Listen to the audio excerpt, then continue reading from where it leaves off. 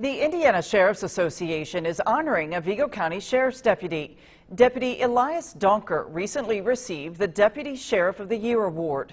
Vigo County Sheriff John Plassey nominated him after a shooting earlier this year. The sheriff and the Vigo County prosecutor say Donker's actions saved lives as a man shot at police. And just last week, the prosecutor said Donker was legally justified in the deadly shooting. Today, we talked with Deputy Donker about that day. I'll never forget the copper gleam of his bullets going by me in the morning sun, going up that ridge. The date was April 11th. Vigo County Sheriff's Deputy Elias Donker was one of the first on this scene in West Terre Haute. We had deputies pinned down under fire out in the open in a field.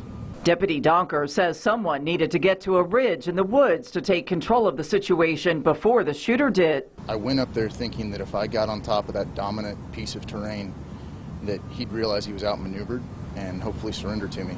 But Donker and the other officers there say that's not what happened. I popped back out, yelled at the suspect again, and then he continued and he fired one more shot at us. And he popped up and his last shot slammed into a tree that I was using for cover, about 4 inches away from Trooper Ames's head.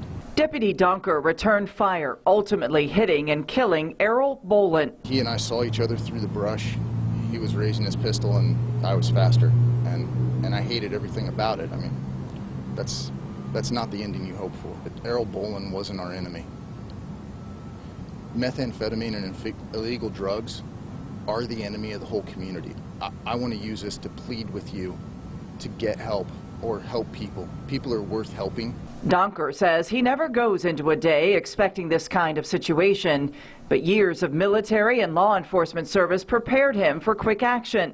It's action local leaders say saved lives that day. I've been trained and mentored by a lot better men and women than myself on a real simple creed that nobody gets left behind.